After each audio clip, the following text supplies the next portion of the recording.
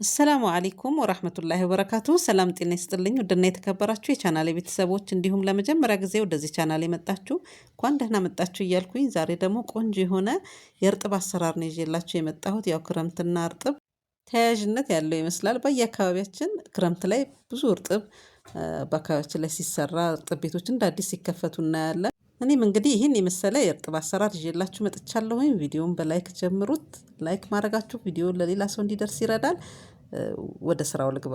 እንግዲህ ያዘጋጀሁት 2 ድንች ነው ያዘጋጀሁት። እንደዚህ በቢላ ነው የከተፍኩት። በጣም ስስስ አድርጌ ነው የከተፍኩት። በመፈቅፈቂያም ከፈለጋችሁ እንደዛ ማድረግ ይቻላል። ግን እኔ ይሄ አሰራር ተመችቶኛል። ያ ቶሎ ለእሳት ይገባዋል። እርጥብ ደግሞ ያው ድንቹ በደንብ አይጠበስም እንደ ችፕስ። ስለዚህ በዚህ መልኩ ስናደርገው ቆንጆ አጠባበስ ይኖረዋል። ስስስ ነው። በቢላ በቻላችሁት አቅም እንደዚህ ስስስ አድርጋችሁ ብትከትፉት አሪፍ ነው። ዘይት ጥጄ ነበረ ቼክ አደረግኩት መጋሉን። ከዛ ዘይት የከተፍኩትን ድንች ጨምሬ በጎን ደግሞ ሽንኩርት መጥበሻዬ ላይ ሽንኩርትና ትንሽዬ ዘይት አድርጌ እንደዚህ እያቁላላሁ ነው። ሽንኩርቱን እኔ በቁመት ነው የከተፍኩት። እንደፈለጋችሁ ደቀቅ አድርጋችሁ መክተፍ ትችላላችሁ።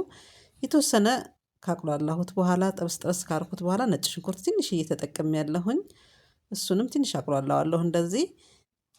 ከዛ ቲማቲም ከታትፌ ያዘጋጀሁት ነበር፣ እሱን ጨመርኩኝ። እሱንም እንደዚሁ ትንሽ አመስ ነው ሙትት እስከሚል በጣም እንደዚህ አናቁላላውም።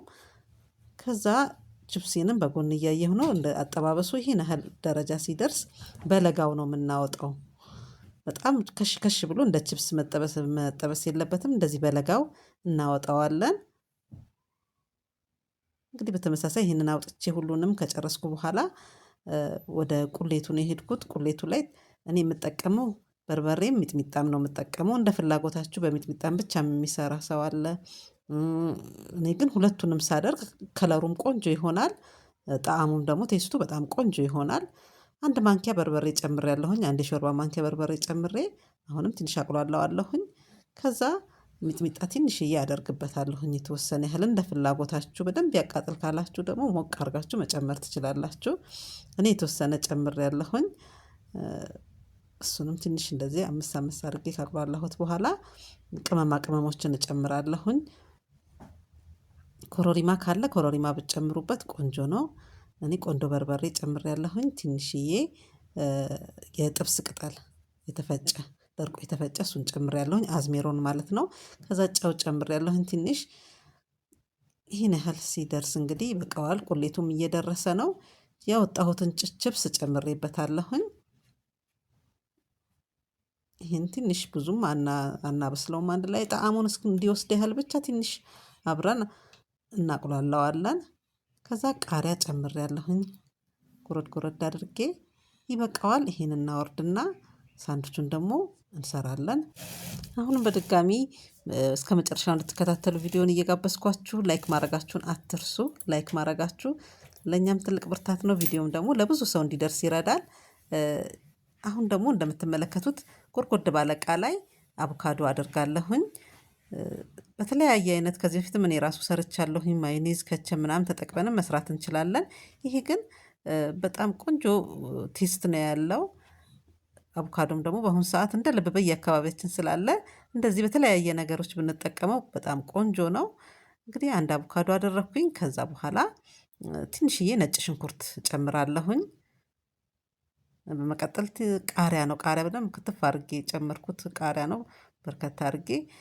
ቆጭቆጮ ካለ ደግሞ ልጆች የሚችሉ አይነት ከሆነ ቆጭቆጮ ብትጨምሩበትም ሀሪፍ ነው። ከዛ ቆንጆ በርበሬ ጨው አደረኩኝና እንደዚህ ትንሽ ጨፍለቅ ጨፍለቅ አረኩት። አንድ ላይ የቃሪያው ጣዕም ከአቮካዶ ጋር እንዲዋሃድ ትንሽ ጨፍለቅ ጨፍለቅ አድርጌዋለሁኝ። ማስተርድ ትንሽ ተጠቅሜያለሁኝ። ቆንጆ ጣዕም ይሰጠዋል። ሁሉንም እንግዲህ በአንድ ላይ እንደዚህ ጭፍልቅ ካደረኩኝ በኋላ ዳቦ አዘጋጅቻለሁ። ዳቦ ላይ ሳንዱች ማድረግ ነው እንግዲህ የቀረኝ። በደንብ ጨፍልቁት። ግን በደንብ ሲጨፈለቅ ጣዕሙ በደንብ የቃሪያው የነጭ ሽንኩርቱ አንድ ላይ በጣም ቆንጆ የሆነ ጣዕም ይወጣዋል። ሁሉንም እንግዲህ እንደዚህ እንደምትመለከቱት አዘጋጅቼ ጨርሼ ዳቦውን ቆርጬ ከስር አቮካዶን በደንብ እንቀባዋለን። ልጆች ያውም ከቸብ ከስር ቀቢበት ሲሉኝ አይ ቆይ በዚህ ጣዕም ቅመሱት ብዬ ቀምሰውት በጣም ወደውታል። ሞክሩት እናንተም በጣም ትወዱታላችሁ። በጣም ቀላል አሰራር ነው። ከዚህ በፊትም እኔ የእርጥብ አሰራር ሰርቻለሁኝ። እንደገና ደግሞ ከቪዲዮ ውጭም ቤት ውስጥም አንዳንዴ እንደዚህ እርጥብ እሰራለሁኝ። ግን ይሄ በጣም ቆንጆ ምርጥ ሆኖ ነው ያገኘሁት። ሞክሩት፣ ትወዱታላችሁ። የዛሬ ስራዬ እንግዲህ ተመልካቾች ይህን ይመስላል። ስራዬን ከወደዳችሁት ላይክ፣ ሼር ማድረጋችሁን አትርሱ። እንዲሁም ደግሞ ኮሜንታችሁን አስቀምጡልኝ። ለመጀመሪያ ጊዜ ደግሞ ወደዚህ ቻናል የመጣችሁ ሰብስክራይብ እያደረጋችሁ የደውሏን ምልክት እየለካችሁ ኦል የምትለዋን ስትመርጡ ሁልጊዜ አዳዲስ ቪዲዮዎች በምለቅበት ሰዓት ወደ እናንተ እንዲደርስ ይረዳል። አብራችሁኝ ስለነበራችሁ ስለተከታተላችሁኝ ሁላችሁንም ከልብ እያመሰገንኩኝ በቀጣይ ስራ እስክንገናኝ ድረስ ሰላም ሆኖልኝ